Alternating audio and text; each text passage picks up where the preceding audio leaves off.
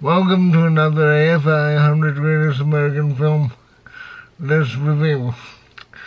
Tonight we're going to talk about Cabaret, the 1972 movie based on the musical of the same name. It appears on the 2007 list, alone in the 63rd spot. I went to see Cabaret, directed by my friend Claire, and it was November. And I should have done the movie then, but I was all planned. I had videos, and so it's not in here. Because we're talking about Nazism and fascism in the last two movies. Cabaret was based on the 1966 play. It's a play on a real-life time period. It was based on in the Weimar Republic just before Hitler came to power in 1933. So this is going to take place about 1931 at a fictitious club called the Kit Kat Club.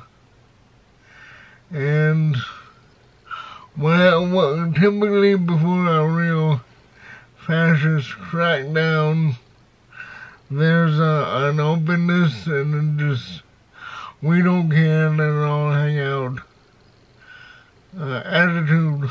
And this was the kind of attitude that was existed in the Kit Kat Club, where we're talking, it's like a kind of like a strip club, a dancing club, and people can get together for a sexual tryst. And we're talking not only straight, we're talking about transsexuals, we're talking about boy on boy, boy and girl group sex, everything that would have been typically verboten in the Weimar Republic or Nazi Germany, especially Nazi Germany, where they locked up a lot of this deviants like gay people and anyone who wasn't a Nazi, basically. Typically, the movie talks about just fun times, and it's really uncomfortable for me to watch because I've been studying like World War II and Nazism since I was about 12 years old, and I know what's going to happen. I know that me having cerebral palsy, I would have been shot in the head in 1939, most likely. Or if I could work, I would have been building the gas chambers that killed all the Jews. But probably I would have been shot in the head. So this is why this period of time is so interesting to me, because how can a culture just flip so badly that this can happen, that people just can be shot in the street for being different? And yeah, I don't really study it anymore because it kinda makes me sick. But when I was a kid, it just was new to me, and I just was engrossed in it. So watching Cabaret was not comfortable at all, because I know what's happening. I just had to watch this film because it talks about a real subject, and I wanted to see a portrayal of something that never gets any press as far as outside of Cabaret, the musical itself. So here we go. Stars Liza Minnelli. Liza Minnelli is a famous movie star, started up stage. She's Julie Garland's daughter, if you know who that is. Her mom was in The Wizard of Oz and State Fair. And it also stars Michael York. And I'm going to just concentrate on those two people because I want you to see the play. I want you to see the movie, and I don't want to just give everything away, per se, because it is very helpful, especially in the political climate we have now. Now, I mean, the political climate we have now is painful for many of us to watch, but it's not anywhere near as painful as Nazi Germany. Let's make that perfectly clear. And I'm out of battery. Battery died. New camera angle. It's not as painful as Nazi Germany, not by a long shot. In this fictitious place called the Kit Kat Club, they have telephones on each table, and people get to call up whoever they want to have a tryst with, and then they go out and do whatever, and that's the way it is. But in the daytime, when the club is closed, these people are in real danger. They're getting assaulted on the street, just beat to a pulp by the SS. Well, not the SS, but beat to a pulp by the brown shirts. Brown shirts were basically Hitler's police force, basically. And they just dealt out punishment whenever they saw fit. And it escalated from beatings to actually killing in the street. In case you didn't study World War II like I did. And it just, the thing that made it painful for me the most is that Michael York's character, Brian Roberts, he's a British guy. So Brian Roberts was just in Berlin trying to write a novel when it's abused and quiet, gets caught up in all this cabaret business, and he basically participates, but he didn't have much to lose, even though came out as gay in the actual movie, and in the play, it wasn't until overt that he was gay. I like to call him a tourist to fascism, so he wasn't kind of skated by. He didn't really intersect with the really harsh reality of Hitler's regime. He saw it from a third-person perspective, which is bad enough.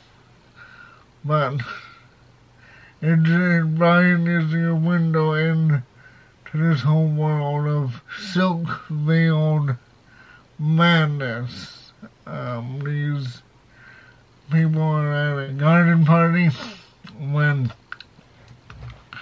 all of a sudden a brown shirt starts singing "Tomorrow Belongs to Me," which is it's an anthem where they're talking about the side of the hillside is beautiful and green, and then it turns into this really violent imagery, like "I will not stop till the world is mine. Tomorrow belongs to me." So, and it's really interesting how this song is like a fist, and it progresses and it keeps on getting worse and worse and worse, more violent and more violent throughout the movie and the play. So that song for me is the direction the movie or musical is going, and it becomes an unstoppable force. I like the fact that they took the musical out of the musical and put it in, framed in real life when they were traveling on trains, traveling in cars, in the cabaret, in the apartment house near the cabaret, and just having different conversations in different locales just to bring it up and made it more real. But still, I felt it had the feel of a musical because, like, the blood on the street was, like 1960s blood where it looked like paint, as opposed to now they would have really realistic black blood, like seaside type of thing. It's 46 years old. That didn't sell itself to me. The movie is 46 years old. The play is much older. Bob Fosse was directing. Bob Fosse is basically a choreographer and a dancer, so he knows the musical world like the back of his hand. But I don't think he was an effective director at all because I've never directed a play. I've directed movies when there's a big difference between the stage, which is kind of static. You know, it never changes perspective from the audience perspective. They're always, you know, fishbowled as they can't change their perspective. Like, if somebody were to hold up sunglasses with a film, you can get right up close to those sunglasses there and it's in focus.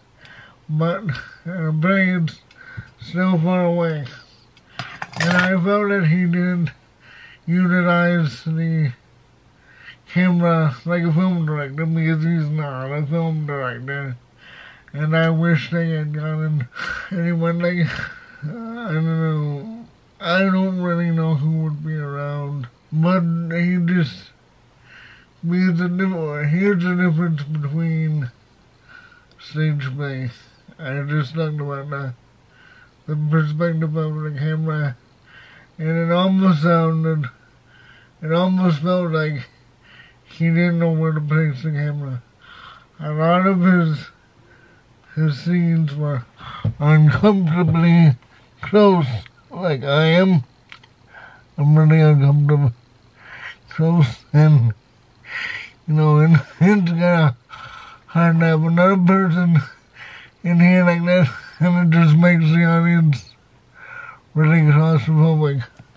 And then he would shoot these shots which were medium, and he didn't use establishing shots which are bigger shots, like a panoramic. And I just thought it didn't work well. I mean, other directors could have used the camera's perspective to really utilize the feeling that the Nazis are coming and they're closing in or something, and he didn't, I don't think he knows to use those kinds of tricks to get the audience engaged. And I wasn't really engaged as much as I wanted to be, because I wanted to believe in this movie, because it's very important for us to see how these things can happen without our knowing. But that's what I liked about it, was these. It's also what I was scared of. But these people like Sally and Brian were just living, you know, going along, living their life like ducks on the water while there's sharks coming up through the water and they're going to grab them. Even though sharks and ducks don't exist in the same context. but there's just something beneath that's really dangerous coming to get these people in boats on top. I just wish it were directed by Spielberg, but he wasn't as big then. He didn't have his first blockbuster until Jaws in '75. Well, he defined blockbuster with Jaws in '75. Overall, I don't know if I recommend, well, I want to recommend this you to see this film because it is very important. And it does talk about things that are happening in our political climate today, where I just read in the news that people in Oklahoma, well, not people, but elected officials in Oklahoma are calling Martin Luther King Day by a different name, and it's a racial slur. I'm sure you can figure out what that means. You know, I just don't understand why it needs to happen. I don't understand why politicians, you know, you can think whatever you want. You think whatever you want, you can't say whatever you want, and that used to work for a long time, but ever since 2016, people have been just not going by that rule, and it's just not good for our country when we have people in power trying to actively break apart alliances that we have been a part of for half a century. It just doesn't make us any safer in the world. We need our friends in the world. We need to have allies. We need to check on our rivals in the world, not enemies, rivals. If you start pushing your friends away, oh, that one's gay, oh, that one's Mexican, oh, that one comes from Honduras or something, you know, you're gonna be left alone. And this is kind of what happened to people at the Cat Club. They were left alone, and they didn't know they would be left alone until it was too late. And Brian got out. He was just a tourist. He was able to get out, and he didn't suffer any consequences. But it's just scary, and I think it could be filmed in a horror movie. Yeah, in a horror movie, right? If you like this film, like, subscribe, and visit my links in the dialogue box below if you want to see what gear I use. I hope that you have a great Martin Luther King Day, or New Hampshire, we call it Civil Rights Day. I hope you have a nice Martin Luther King Day, and I'll come back at you with another video.